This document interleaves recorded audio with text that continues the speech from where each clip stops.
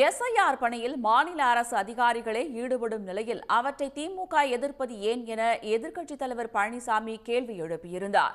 இந்த நிலையில் தேர்தல் ஆணைய பணிகளில் ஈடுபடும் மாநில அரசு அதிகாரிகளும் ஆணைய கட்டுப்பாட்டில் வந்துவிடுவார்கள் என முதலமைச்சர் மு.க.ஸ்டாலின் பதிலடி கொடுத்துள்ளார். இந்த எஸ்ஐஆர் என்பது மிக மிக முக்கியம். போலி வாக்காளர்களை நீக்குவது, தகுதியான வாக்காளர்களை வாக்காளர் பற்றி இடம்பெற செய்வது, அதுதான் எஸ்ஐஆர். அதை ஏன் எதுக்குற? அதுல என்ன கஷ்டம் இருக்குது? ஆளுங்கட்சி திமுக கட்சி, ஆளுங்கட்சி சேர்ந்த அரசு அதிகாரிகள் தான் இன்னைக்கு வீடு வீடா வர்றாங்க.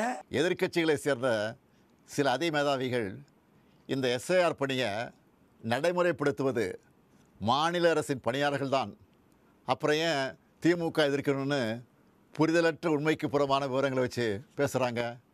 ஒரு பணியாளரை தேர்தல் ஆணையம் தன்னுடைய பணிக்காக எடுத்த நொடியிலிருந்து அவர் தேர்தல் ஆணையத்துக்கு கட்டுப்பட்டு தான் செயல்படுவாரை ஒழிய மாநில அரசோட கட்டுப்பாட்டில் இருக்க மாட்டார்.